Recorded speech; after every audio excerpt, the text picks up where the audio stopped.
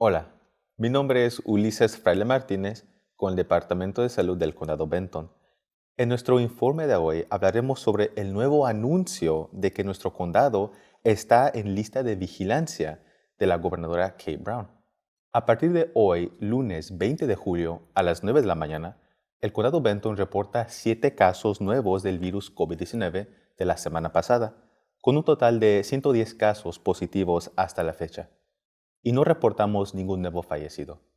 Seguiremos dando un informe cada semana para actualizarlos con nueva información.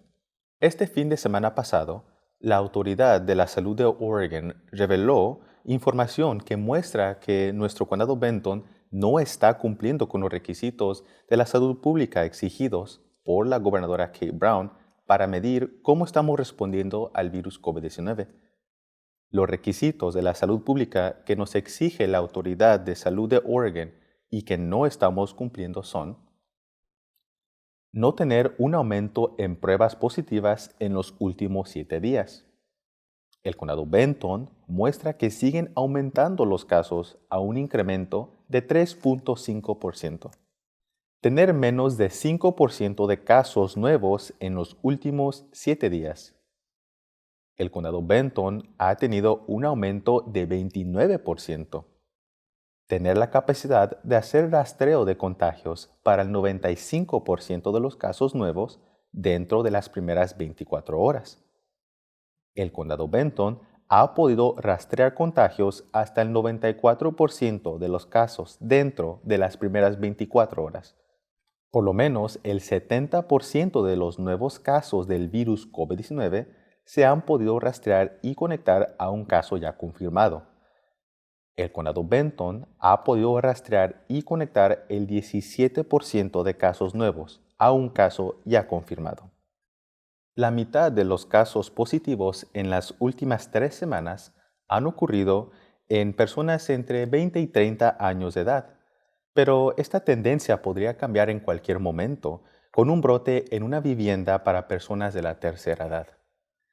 La habilidad de que el condado Benton pueda contactar con éxito a personas que han dado positivo se basa en 2 cosas.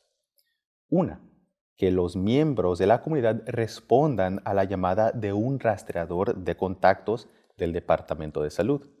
Y 2, que estén dispuestos a trabajar con este rastreador de contactos para identificar a aquellas personas con quien ha estado en contacto.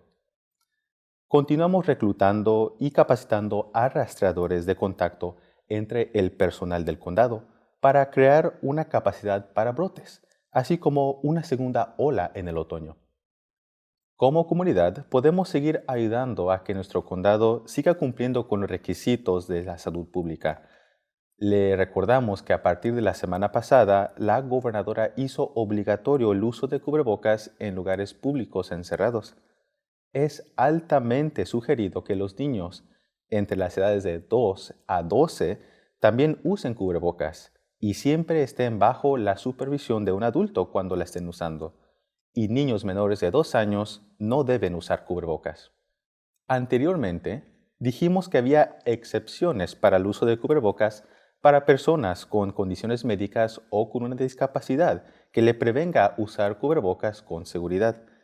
La nueva orden de la Autoridad de la Salud de Oregon ha clarificado que no hay excepciones para el uso de cubrebocas, pero que personas con condiciones médicas o con una discapacidad pueden pedir arreglos especiales. Unos ejemplos de arreglos especiales que pueden pedir en vez de usar cubrebocas son permitir a una persona que use un protector facial de plástico. Permitirle a los clientes que ordenen en línea o por teléfono con servicio de recoger órdenes afuera sin tener que bajar de su automóvil o servicio a domicilio. Ofrecer citas por teléfono o videollamada. También, la gobernadora ha ordenado que las reuniones familiares y sociales en espacios encerrados se limiten a 10 personas. Esto incluye fiestas familiares como cumpleaños, graduaciones, baby showers, entre otros. El virus COVID-19 todavía está en nuestra comunidad y cada uno de nosotros tiene un papel que desempeñar para reducir su propagación. Cuídese. y gracias por hacer de su parte.